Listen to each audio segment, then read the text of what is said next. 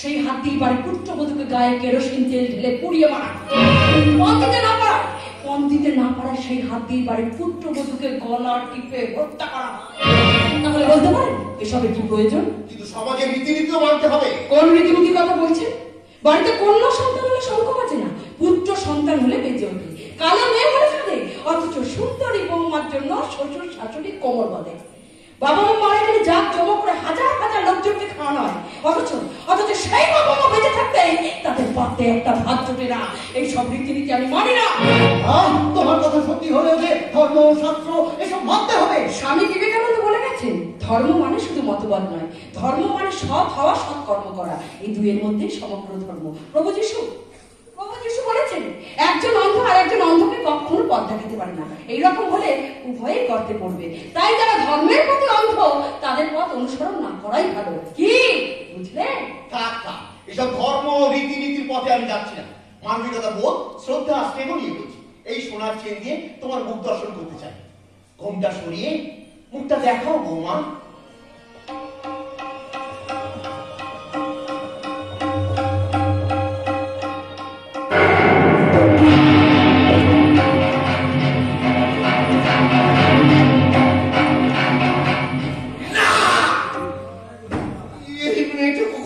চৌধুরী বাড়ির বউ বলতে পারে না। কেন কেন দাদা, কেন কেন এই মেয়েটা এ বাড়ি বউ হতে পারে না? তুমি হঠাৎ ওকে দেখে এভাবে চমকে উঠলে কেন? তুমি কি ওকে চেনো নাকি? বৌদি, আমি চোখে দেখেছিলাম হয়েছে। তার ঢ্যামনার বাচ্চাটা তো কদিন আগে পতিতালয়ে গিয়েছিল। এবারে কি হবে? চুপ করে আছো, কিছু বলো। আরে বাবা, তুমি কি বোমা দেখে বোবা হয়ে গেলে নাকি? দাদা চুপ করে দেখো না, বলো এই মেয়েটা। কি করে বলবো? এই মেয়েটা একটা পতিতা বলি নষ্ট মেয়ে। কেন এভাবে আমার জীবনটাকে নষ্ট করে দিলেন? পুরুষরা কি আজও পায়নি? একটা মেয়েকে বেশ্যা বানাতে ওদের হয় না কষ্ট, অথচ একটা বেশ্যাকে বিয়ে করলে বলে করে দিলে আমার জীবনটা একেবারে নষ্ট। তুমি লগ্ন অবস্থা হবে বলে তোমাকে বিয়ে করতে ভাইকে বাধ্য করেছিলাম, কিন্তু ভাবতে পারি সমাজে মান সম্মান এভাবে ধুলোয় মিশে যাবে।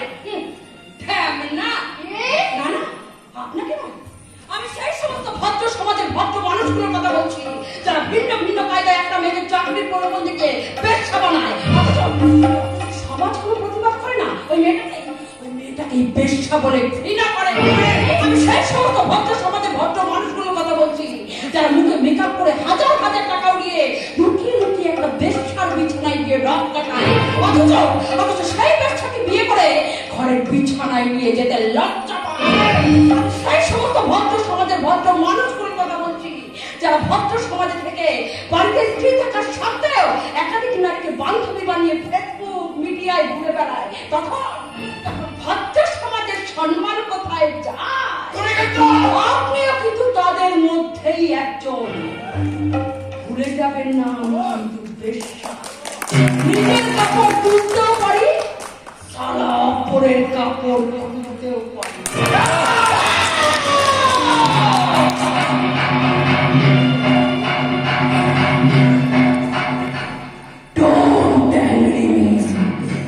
সালা এমন খুলে দেব না পরিবারের সামনে মুখ দেখাতে লজ্জা পাবে। খাটতে যাবে না, বন্ধু ছাড়বে। আচ্ছা আপনি সত্যি করে বলুন তো, আপনি কি সেই রকম ভরসা? রাতের রজনীগন্ধা না, মানে ওটা আমার পতিতালয়ের নাম। আর মায়ের দেয়া নাম হলো দুপুর। আচ্ছা, আমার মনে একটা প্রশ্ন। সত্যি তুমি যদি পতিতা পল্লীর মেয়ে হবে, তাহলে বিয়ের বাসর থেকে পালিয়ে যাওয়া পাত্রটি তোমাকে ভালোবাসবে না কেমন করে, আর পালিয়ে গেলে না কেন? আরে বলবে না সালাই ঢ্যামনার বাচ্চা ঘন্টাটা না প্রতিদিনই আমার কাছে আসতো। আমার প্রেমে পড়ে আমার রূপে মুগ্ধ হয়ে বিয়ের স্বপ্ন দেখালো, কিন্তু কখন যে সালা আমার জীবনের 12 ঘন্টা বাজিয়ে চলে গেল সালা আমি বুঝতেই পারলাম না। যাক বাবা, নাকি ঘুরি ইচ্ছায় সালা বিয়েটা হলো। শোনো, ভালো করে শোনো, বিয়ে হলে তুমি ঘর বাঁধার স্বপ্ন দেখো না, কারণ তোমার মধ্যে একটা নোংরা মেয়ে কখনো বাড়ির বউ হতে পারে না। তাই বলছি, তুমি বাড়ি থেকে বেরিয়ে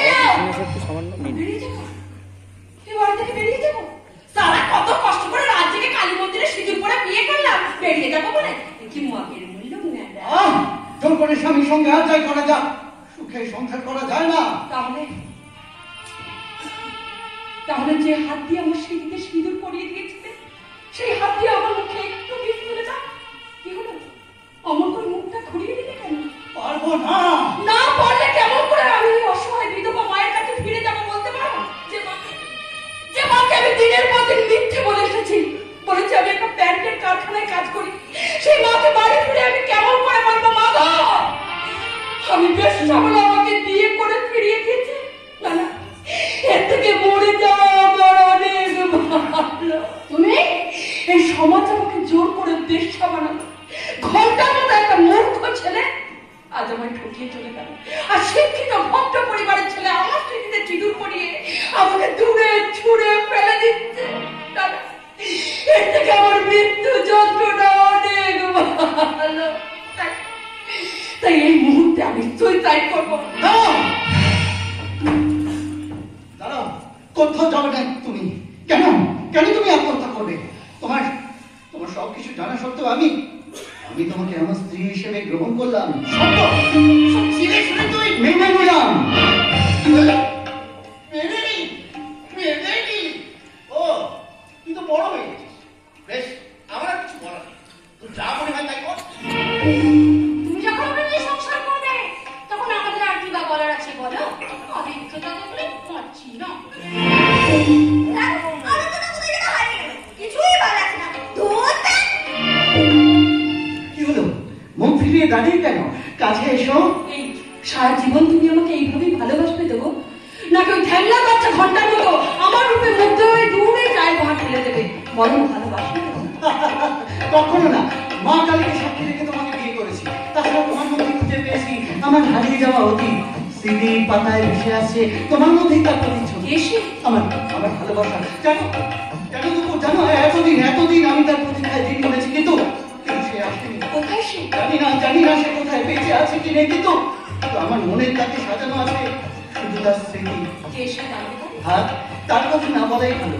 তাছাড়া তোমায় নিয়ে যখন নতুন জীবন করতে চলেছি, সে কথা না বলাই ভালো।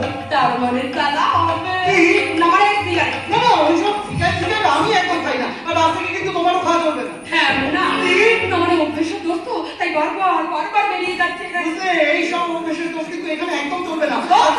এরকম চালে বিয়েই করতাম না। কি? এটা করবো না, সেটা করবো না, এটা খাবো না, তাহলে করবোটা কি? গান। तेरे रंग में रंग दीवानी होया हो परियों की रानी, हो मेरी प्रेम कहानी, मेरे सवालों का जवाब दो ना। तेरे रंग में रंग दीवानी होया हो परियों की रानी, मेरी प्रेम कहानी, तेरे सवालों का जवाब दो ना।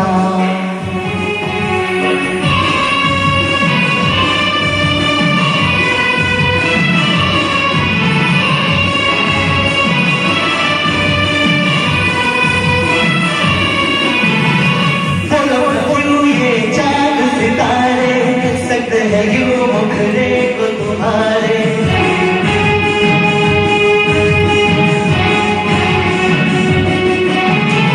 बोलो न क्यों ये चांद सितारे सकते हैं यूं मुखड़े को तुम्हारे, झुके बदन को हवा क्यों बहती, रात है क्यों बहती बहती, मेरे सवालों का जवाब दो ना।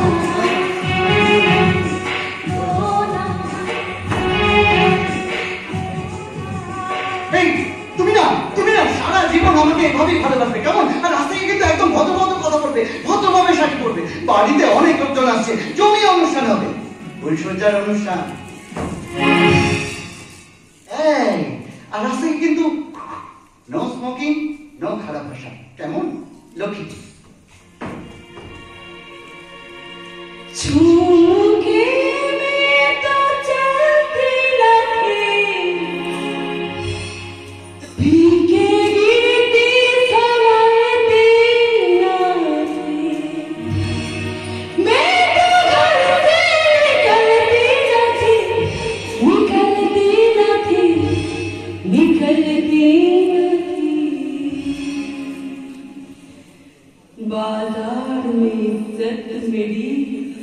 नीलाम है मेरी शरीफ लड़की बदनाम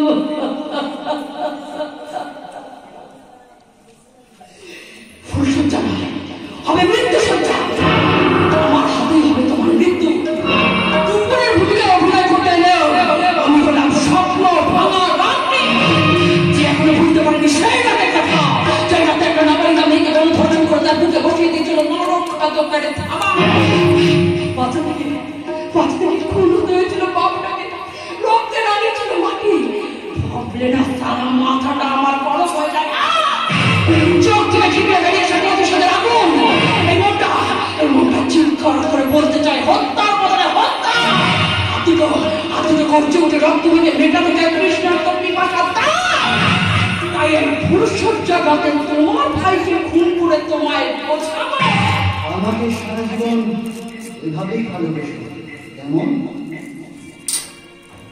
कुछ